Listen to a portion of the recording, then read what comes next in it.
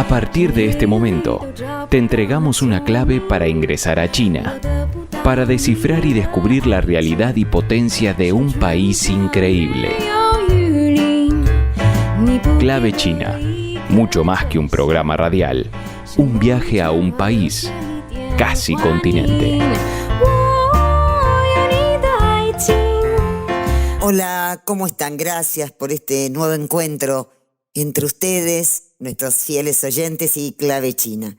Les cuento, a veces me pregunto cuántos mundos caben en un mundo. Me interrogo porque al caminar en los recovecos de donde moran los poderosos de la Tierra, solo veo sombras para la mayoría de la humanidad. Esta semana, fíjense, la Asamblea de las Naciones Unidas, que reúne a cientos de países, un ámbito donde la realidad debería ser la resistencia de las cosas a todo orden simbólico impuesto por el hegemonismo de Occidente, no logra ir más allá de las fronteras del organismo internacional.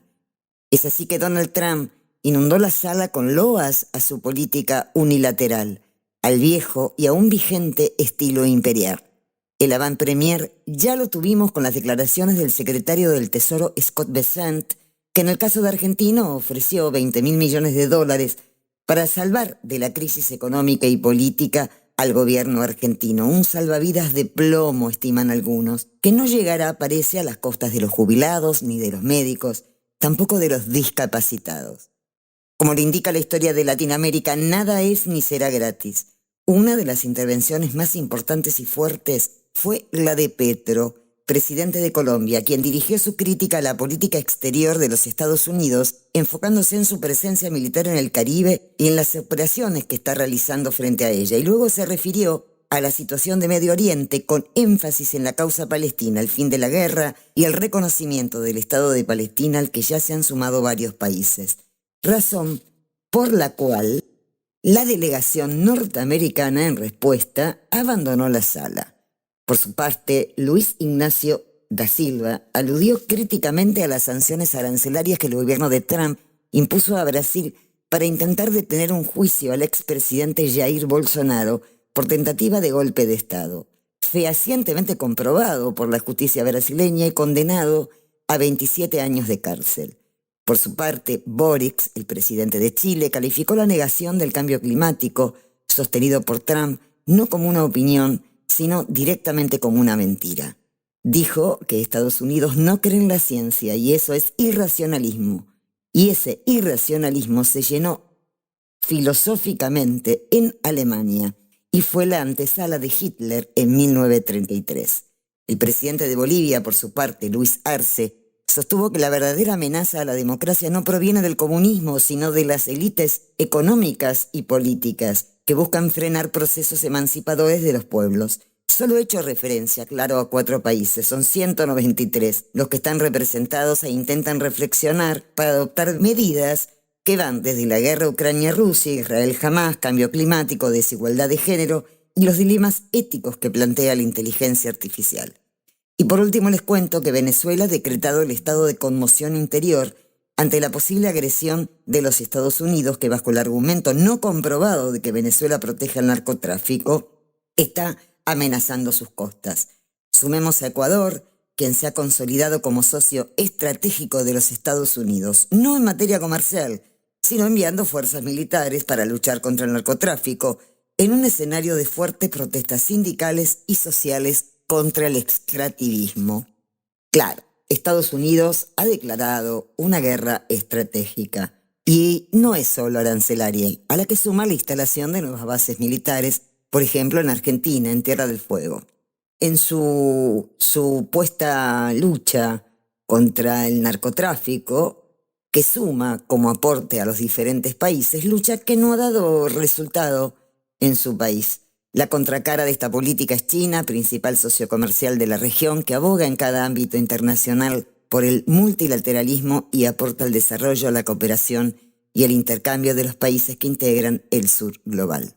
Por supuesto, hay mucha tela para cortar.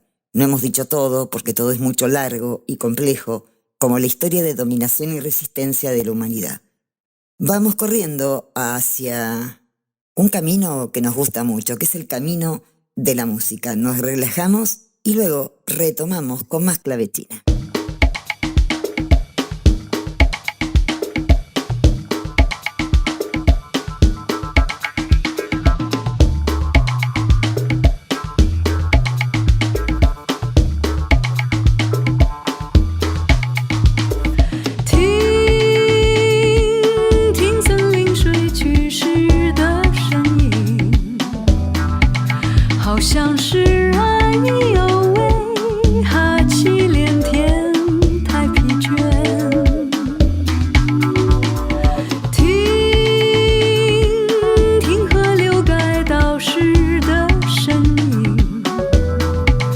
好像是百转千回，情非得已才泛滥。昨天夜里海底世界通宵开了代表大会，珊瑚公会士气低落，神经沮丧，准备撤退。海马代表冬至已晴，珊瑚请你坚持一下，让我们团结起来，再给人类一次机会。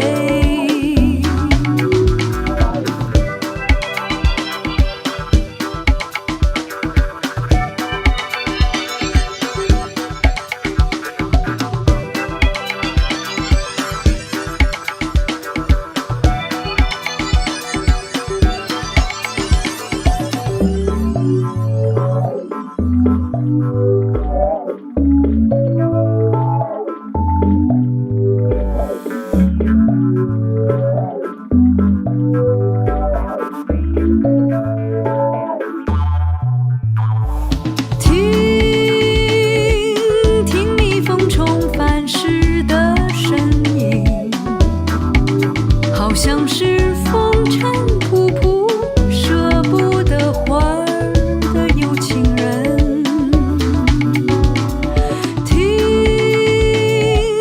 听狼群归来时的声音，好像是月亮出来，寂寞难耐唱摇滚。昨天夜里海底世界通宵开了代表大会，珊瑚公会士气低落，神经沮丧，准备撤退。海马代表冬至已晴，珊瑚请你坚持一下，让我们团结起来，再给人类一次机会。让我们团结起来，再给人类一次机会。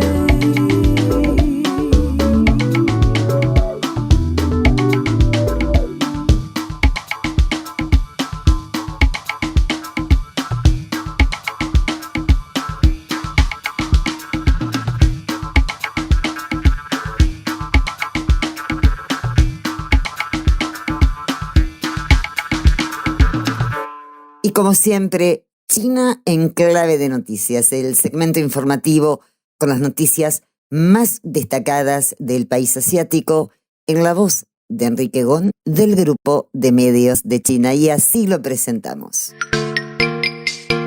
China en clave de noticias. Los principales títulos de la semana. Hola amigos de Clave China, ¿cómo están? Soy Enrique Gon. Están escuchando China en clave de noticias.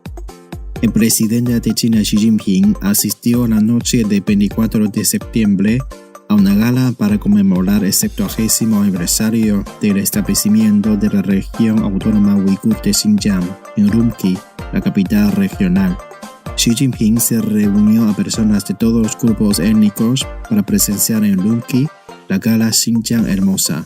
El 24 de septiembre, el presidente de China, Xi, pronunció un discurso por video en la cumbre climática de las Naciones Unidas. El mandatario chino presentó las contribuciones determinadas a nivel nacional de China e hizo 3 propuestas para fomentar el desarrollo verde. Xi Jinping advirtió que la gobernanza global del clima está entrando en una etapa crucial.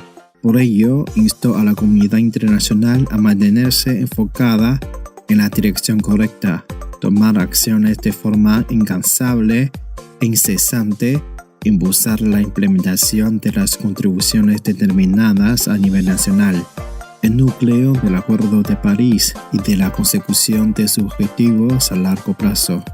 El primer ministro chino Li Qiang afirmó que China pondrá en marcha otros 2.000 proyectos para mejorar las condiciones de vida en países en desarrollo durante los próximos 5 años. Durante su intervención en una reunión de alto nivel sobre la iniciativa de desarrollo global presentada por China, al margen del debate general de la 80 Asamblea General de las Naciones Unidas, Li aseguró que China, como país en desarrollo importante y responsable, no buscará ningún trato especial y diferenciado nuevo en las negociaciones actuales y futuras de la OMC. En un anuncio reciente, China declaró que entre 2021 y 2025 ha formado 55 millones de universitarios como parte de su ambiciosa expansión del sistema educativo superior. Este logro resalta la prioridad que el gobierno chino asigna al capital humano mientras busca competir en innovación y desarrollo a nivel global. El sistema operativo Harmony OS 5, desarrollado de manera independiente por Huawei, ha superado los 17 millones de dispositivos activos, un hito que refleja la capacidad de resiliencia tecnológica de la compañía en medio de las restricciones prolongadas impuestas por Estados Unidos. Las escuelas, las fábricas, el transporte público y las actividades comerciales han sido cerradas este miércoles en algunas partes de la provincia meridional china de Guangdong a medida que se acerca el poderoso tifón Ragasa. Ragasa, el 18º tifón del año, entró en el mar meridional de China este lunes por la noche.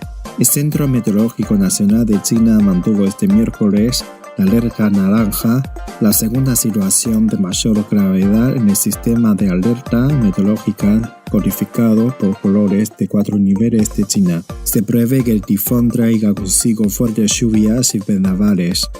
Amigos, así son las noticias más interesantes e importantes de China durante la semana. Soy Enrique Gon. Hasta la próxima en China en Clave de Noticias. Clave China.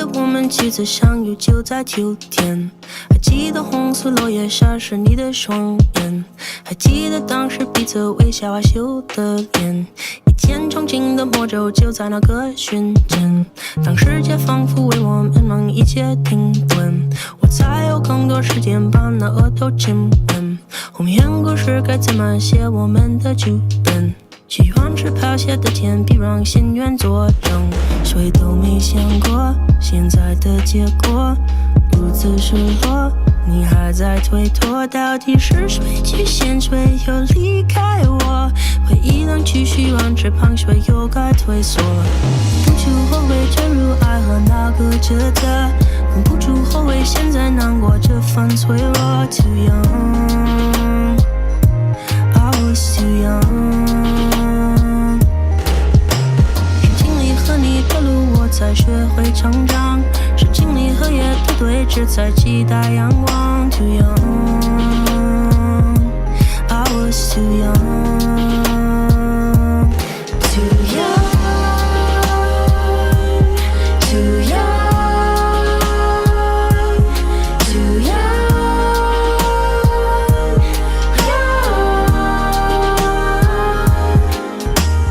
再次回到当初我们许愿的纸片，早已物是人非却又清晰可见，我想投下一枚铅笔打破平静睡眠，滴答滴答滴答是眼泪还是时间，谁都没想过现在的结果如此失落，你还在推脱，到底是谁出现谁又离开我，回忆当初许愿池旁谁又该退缩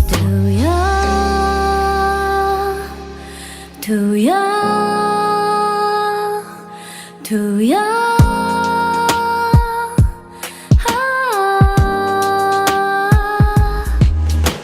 我不惧后悔坠入爱河那个抉择，更不惧后悔现在难过这份脆弱 Too young I was too young 是经历和你的路我才学会成长，是经历和夜的对峙才期待阳光 Too young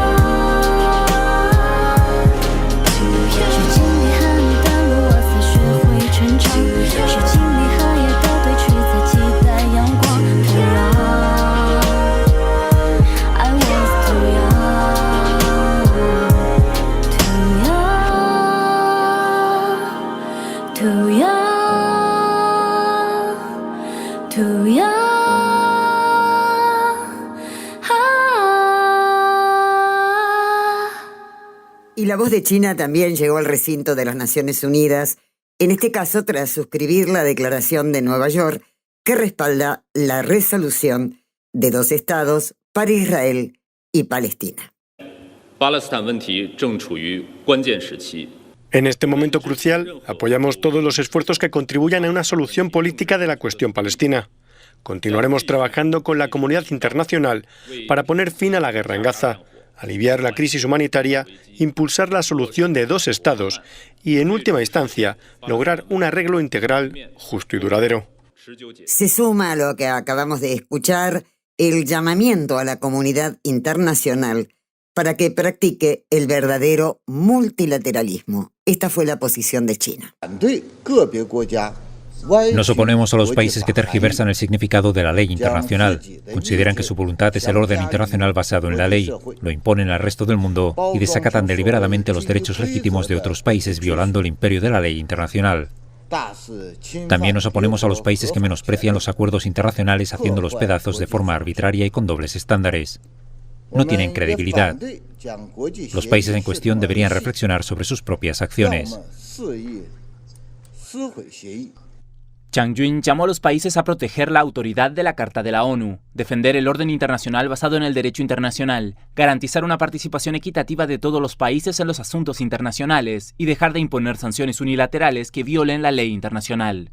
Zhang aseguró que la imposición de sanciones de forma indiscriminada por parte de Estados Unidos y otros países, ignorando el mandato del Consejo de Seguridad, solo tiene como fin mantener su propia hegemonía, su monopolio tecnológico y su ideología. Zhang añadió que este tipo de acciones no tienen base legal y contrastan con el desarrollo del mundo.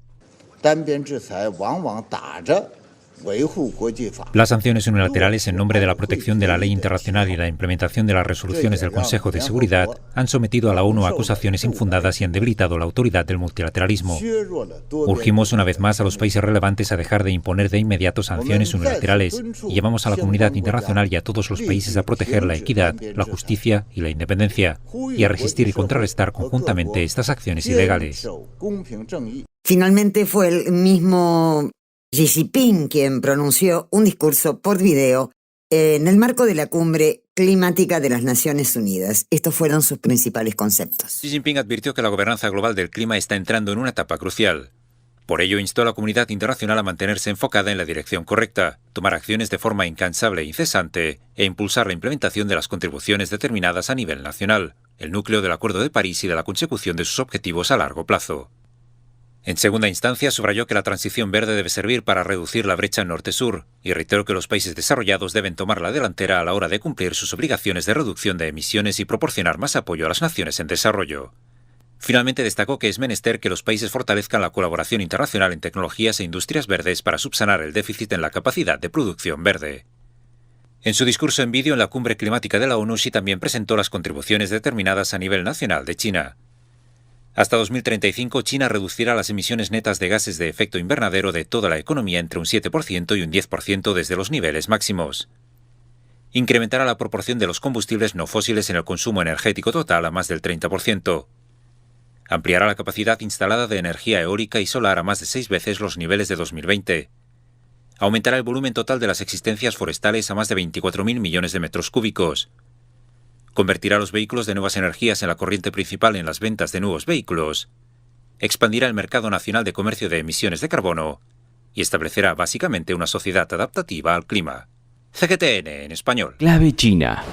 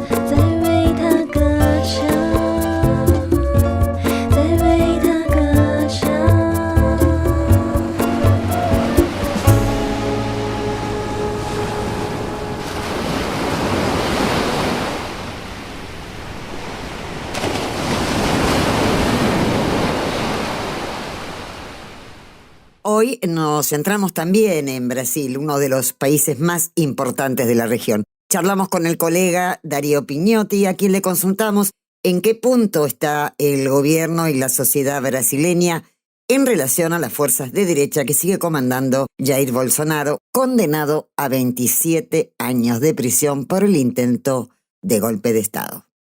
Bueno, estamos con Darío Pignotti, yo ya lo acabo de presentar, y lo traemos aquí, a Clave China, para compartir la visión que tiene Darío en relación a la situación nacional que hoy atraviesa Brasil. Durante la semana y estos meses hemos tenido muchísima información.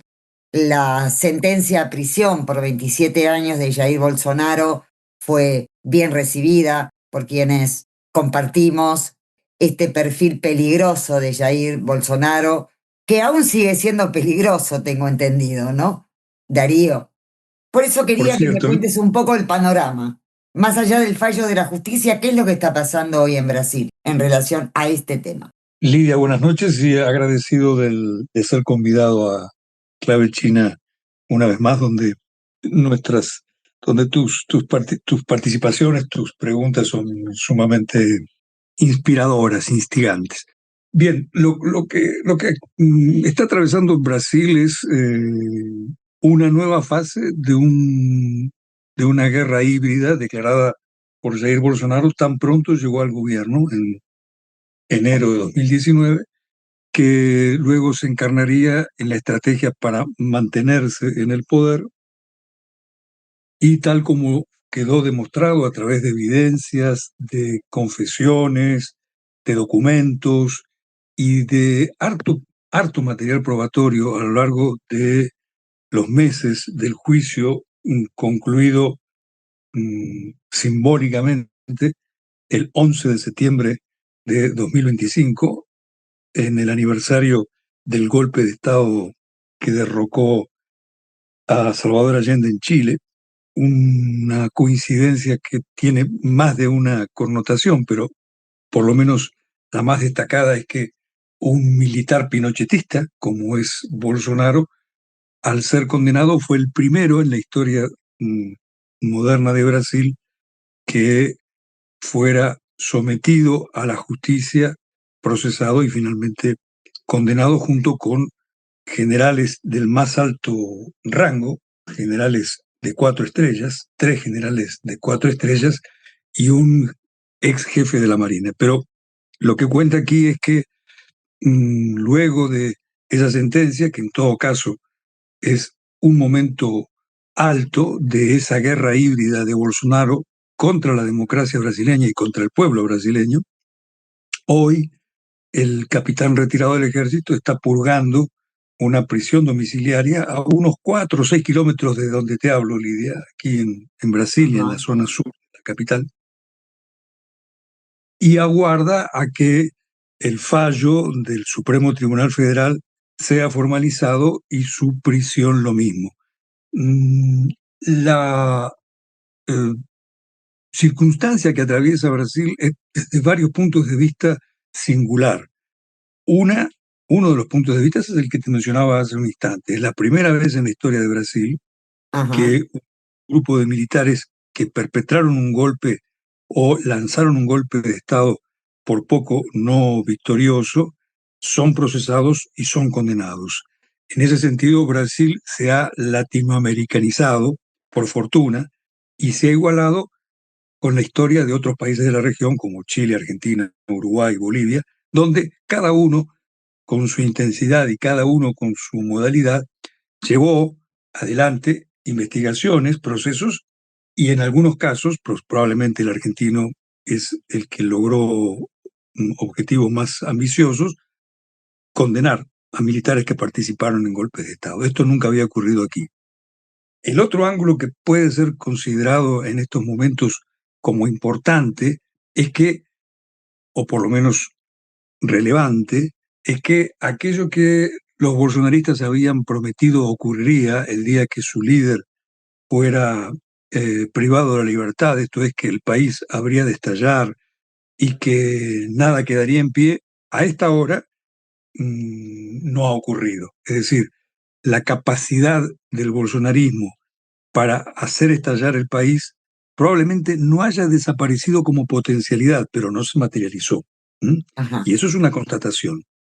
Claro que decir que el bolsonarismo y que el movimiento neofascista brasileño, probablemente el más importante de América Latina y uno de los más significativos del mundo, haya desaparecido o esté extinguiéndose, sería una temeridad. Pero que no está en su momento más victorioso o que no está en estos momentos imponiendo el tiempo de la política en Brasil, es cierto. De tal suerte que el bolsonarismo está allí, agazapado, sigue siendo una constelación de factores de poder que sería temerario desconocerlas, factores de poder que además hacen del uso de la fuerza su principal argumento político, porque no nos engañemos, si el grueso de las Fuerzas Armadas, de las policías militarizadas, que son las policías provinciales, y las organizaciones paramilitares eran sus cuadros, sus integrantes bolsonaristas hasta el 8 de enero de 2023, cuando ocurrió el golpe de Estado que por poco alcanzó su objetivo, ese estatus no dejó de existir. Es decir, hoy la mayoría de los militares siguen siendo bolsonaristas, igual que los policías, igual que las fuerzas de seguridad privadas, los integrantes de las muy poderosas fuerzas de seguridad privadas, y los CACs, las asociaciones de tiradores y deportistas de tiro, que en realidad es un pretexto, una fachada a través de la cual fueron vendidas cientos de miles de armas de guerra que están en poder de una parte considerable de la población civil, o una parte de la población civil, no sé si considerable, que están allí latentes. Esa configuración de poder sigue existiendo, como si fuesen células dormidas. ¿Cuándo despertarán o si alguna vez lo harán? No lo sabemos. Están allí y el día que su comandante los convoque, no habría que descartar que se alcen. Pero lo cierto es que esto no ocurrió y que los días que vivimos de zozobra, los periodistas que tuvimos que cubrir el juicio fuimos testigos de ello, es decir, el Palacio del Supremo Tribunal Federal estaba extraordinariamente custodiado, con todo tipo de protocolos de seguridad, porque se temía que pudiera ocurrir algo similar a lo de enero de 2023, es decir, que hordas fascistas invadieran el palacio. No ocurrió. Y esto también es un dato constatable y es la democracia realmente existente que tenemos hoy aquí en Brasil, no muy sólida ella, pero al fin de cuentas existente.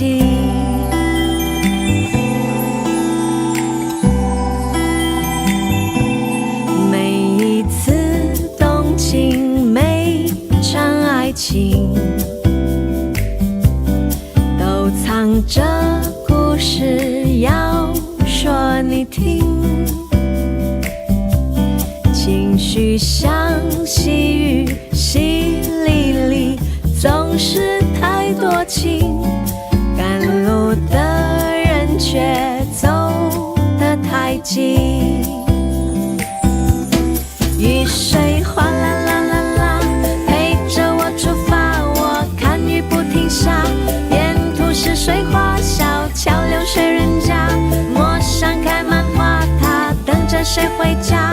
世界那么大，擦肩而过的背影，融入每一道寻常风景。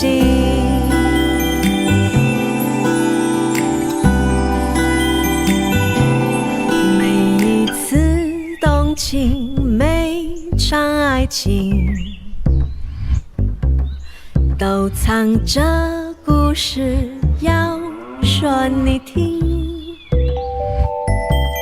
情绪像细雨，淅沥沥，总是太多情。赶路的人却走得太急。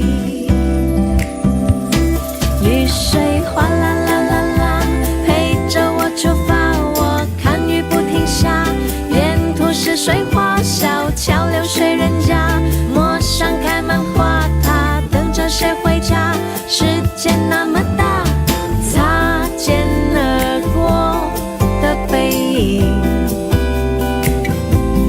融入每一道寻常风景。雨水哗啦啦啦啦，陪着我出发。下一刻我在那陌生的国家，小桥流水人家，陌上开满花，他等着谁回家。世界那么大，擦肩而过的背影，融入每一道寻常风景。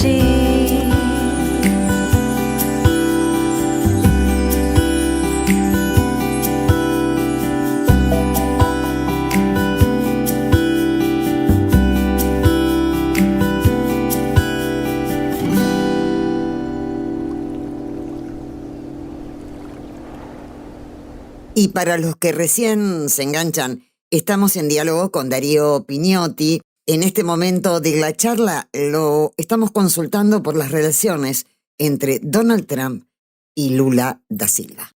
Darío, Lula abrió las sesiones de Naciones Unidas en Nueva York. Esto me lleva a preguntarte ¿cuál es el vínculo actual?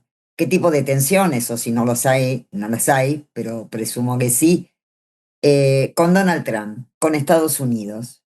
Ha marcado posturas Lula en relación a la cuestión aranceles y a otros temas, como el tema Palestina. Ha sido muy insistente con esto, y está claro que en los resultados de la reunión de Naciones Unidas, la posición de Estados Unidos, Israel y unos pequeños países se oponen a lo que la mayoría de Latinoamérica planteó en el marco de esta reunión. ¿Qué pasa específicamente con las relaciones exteriores entre el gobierno de Brasil y Donald Trump?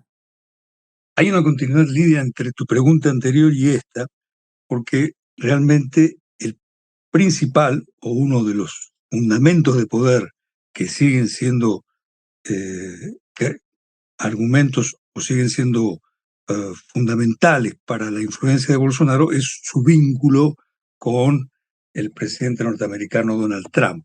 Tanto que el mandatario norteamericano, en represalia al proceso judicial contra Bolsonaro, decretó el aumento al 50% de las tarifas cobradas a las exportaciones brasileñas. De tal suerte que ese aliado de Bolsonaro es hoy el jefe de la Casa Blanca, y no es un dato a desdeñar. Lo ocurrido en la 80ª Asamblea de las Naciones Unidas, cuya apertura ocurrió 2 días atrás, estamos grabando esto, estamos conversando el 25 de septiembre, y la apertura del evento fue el 23, cuando, como es costumbre, como es tradición, el primer orador fue Luis Ignacio Lula da Silva. Trajo algunas sorpresas. Sorpresas te da la vida y la diplomacia también. Por lo menos 2. Una de ellas es que Lula no retrocedió una coma, y no estamos hablando de un líder que lo es, un líder de proyección global, probablemente uno de los principales referentes de este neotercermundismo que se nuclea en los BRICS, en esa organización multilateral que tiene como principales socios indudablemente a Rusia, China e India, pero donde el peso de Brasil no es menor. Ha sido siempre el perfil de Lula el de un líder que proyecta los intereses y las demandas del tercer mundo, actualmente llamado el sur global, pero con un estilo conciliador y en algunos casos capaz de compartir la mesa con los adversarios más acérrimos. Recordarás y recordarán los oyentes de Clave China lo ocurrido en noviembre de 2005, cuando los países sudamericanos le pusieron un stop, le pusieron un no al proyecto de la Alianza para las Américas, al ALCA, en la ciudad de Mar del Plata, y Una cuando gran esa troika, concentración y manifestación, sí, fue muy por importante. cierto, muy importantes, y en aquel momento la troika que logró aquella proeza de la política externa latinoamericana, no siempre actuando conjuntamente, fueron los presidentes de Brasil, el entonces de Argentina, Néstor Kirchner, y el por entonces presidente de Venezuela, Hugo Chávez. Y le cupo a Lula un papel central en esa troika, pero también el de ser el de la voz más moderadora y más conciliadora. Ese es Lula. ¿Por qué hacemos esta recuperación o reconstruimos este perfil de Lula? Porque ciertamente el discurso de Lula, su 11º discurso en la Asamblea de las Naciones Unidas, a la que casi siempre asistió luciendo su corbata con los colores de la bandera brasileña, lo hizo de vuelta este martes, fue singularmente enfático, poniéndolo en 2 líneas. Lula fue más duro que de costumbre en su discurso de apertura de Naciones Unidas, habló de genocidio en Gaza, denunció la injusticia, la impropiedad de calificar a Cuba como país responsable o vinculado con el terrorismo internacional, también denunció el acoso del cual es víctima Venezuela, y dijo que la solución en el conflicto de Ucrania no va a llegar sino hasta que no se entienda que hay que sentarse a la mesa a negociar con Rusia, porque de otra forma esa guerra se prolongará. Es decir, todas afirmaciones indigestas para el gobierno norteamericano y todas manifestadas en un tono, subrayo una vez más, sumamente enfático. Es decir, era un Lula en su tinta y su tinta recargada. Tanto que hasta propios simpatizantes de Lula, hasta propios dirigentes del Partido de Trabajadores mostraban el pecho diciendo: ese es nuestro líder, ese es nuestro presidente. Pues bien, lo de las sorpresas que la vida te da vino 19 minutos después, porque eso fue lo que duró el discurso de Lula, es decir, 1/3 de lo que duraría posteriormente el del presidente Donald Trump. Lula habló 20 minutos, Trump 60, aproximadamente. Y para sorpresa de todos, del propio Lula, como él lo diría, al dejar el estrado del Palacio del Palacio de Naciones Unidas, del Palacio de Cristal de Naciones Unidas, no tendría mayor sorpresa que Trump vino a su encuentro, lo saludó y dijo que encontró en Lula una persona para su impresión, era la primera vez que hablaban Lula y Trump, una persona honesta y una persona con la cual él tuvo química, esa fue la palabra utilizada por Trump desde el primer momento, y más dijo Trump, y lo dijo en el foro de las Naciones Unidas, esto ni siquiera fue una conferencia de prensa, lo pronunció allí frente a presidentes de varios países, incluso Lula, dijo que estaba interesado en mantener un encuentro con el líder brasileño tan pronto fuera posible, lo cual significa que no vamos a que tus oyentes de Clave China pierdan el tiempo con nuestros puntos de vista sobre Trump, porque hay especialistas más autorizados para hablar de ello, pero sí se sabe que las afirmaciones del mandatario republicano son para tomar con mucho cuidado y nunca para darles certeza o verosimilitud.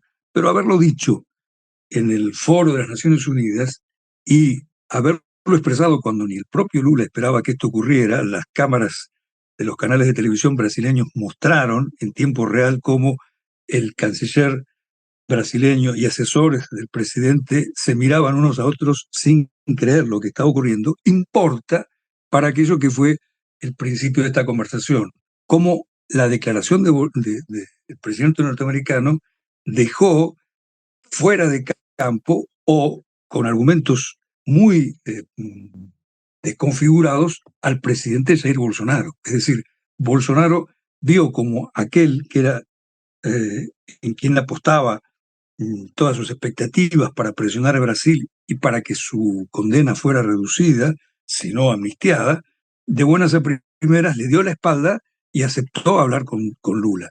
Aquí estamos entonces en una bisagra o en un punto donde la política interna, esto es aquello que mencionábamos hace un instante, de la aún no consolidada democracia brasileña, y la política externa, esto es las relaciones muy controvertidas, muy tensas con el gobierno norteamericano, se unen. ¿Qué sucederá en las próximas semanas? Es un interrogante del cual no me animo a dar una respuesta por lo pronto.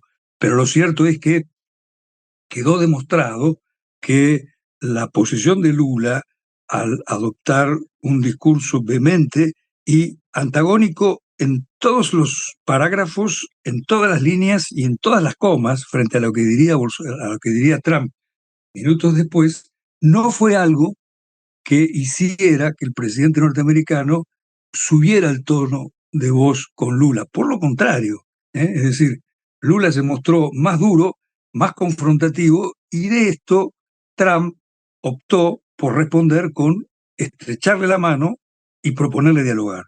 De manera Bueno, Darío, no tuvo tanta suerte, si es que vale el término, el presidente de Colombia, donde que tras hacer su exactamente. intervención se levantó toda la delegación norteamericana dándole la espalda y yéndose del recinto. Por cierto, no fue así, y tampoco fue así, por lo menos hasta donde las cámaras describieron, la reacción del secretario de Estado, Marco Rubio, al escuchar lo que su jefe, Donald Trump, estaba diciendo en el presidio de las Naciones Unidas. Es decir, no se sabe de momento hasta dónde fue una arrepentización del presidente norteamericano y hasta dónde su promesa de establecer un diálogo con Lula se cumplirá. En todo caso, entiendo que lo que pueda ocurrir de aquí en adelante con esa afirmación, si bien tiene importancia, no tanta como para demostrar que el viaje de Lula a Estados Unidos le reportó por lo menos dos victorias. Una, la de que defendiendo su discurso, inclusive subrayándolo más aún de lo que es habitual, consolidó su proyección internacional. Es decir, fue de los discursos, por lo menos en los 2 primeros días de sesiones de las Naciones Unidas, más aplaudido, y los aplausos vinieron fundamentalmente de países del sur global y de países latinoamericanos. El propio Lula luego participaría en una reunión con el presidente Petro y otros presidentes latinoamericanos en un evento en defensa de la democracia y contra los extremismos. Y el otro es de, como lo consignábamos hace un minuto, de política interna. El saludo o la iniciativa propuesta por Trump vació al bolsonarismo y a la estrategia del bolsonarismo de tornar ingobernable la gestión de Lula hasta el año que viene, principalmente porque Bolsonaro, como estrategia de desestabilización, designó a su hijo, Eduardo Bolsonaro, el diputado Eduardo Bolsonaro, que es muy conocido por los oyentes de Clave China en Argentina, es amigo personal del presidente argentino Javier Milei. Exacto. Como una suerte de embajador ad hoc en Washington, donde trabaja precisamente para persuadir al gobierno norteamericano a fin de que adopte sanciones contra Brasil. Tanto que cuando Donald Trump anunció el aumento de las tarifas, Eduardo Bolsonaro dijo: esto es una victoria de la libertad y mucho tengo que ver con ello.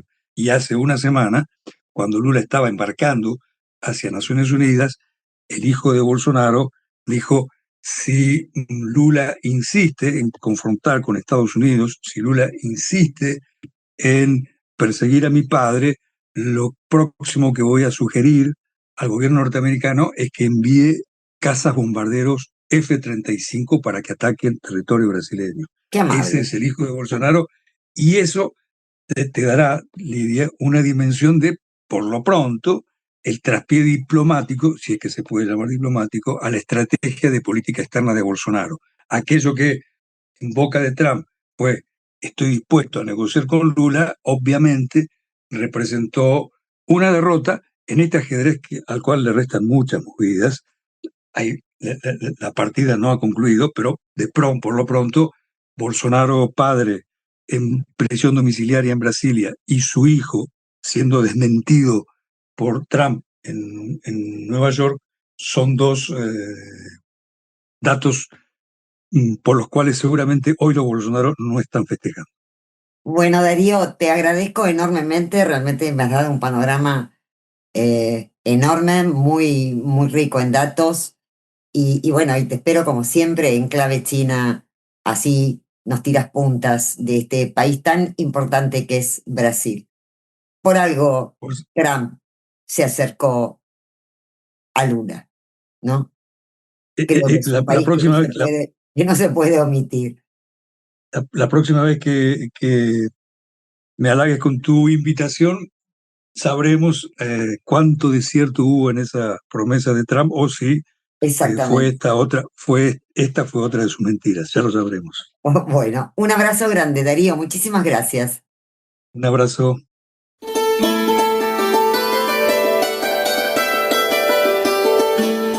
Clave China, una llave para abrir y descubrir el fascinante mundo que nos ofrece China en todas sus dimensiones. Bueno, los espero en nuestro próximo reencuentro. Sí, como siempre, nos pueden descubrir en las redes en cualquier momento y también en nuestro portal www.clavechinanoticias.com. Un gran abrazo a todos y que transcurran muy bien esta semana.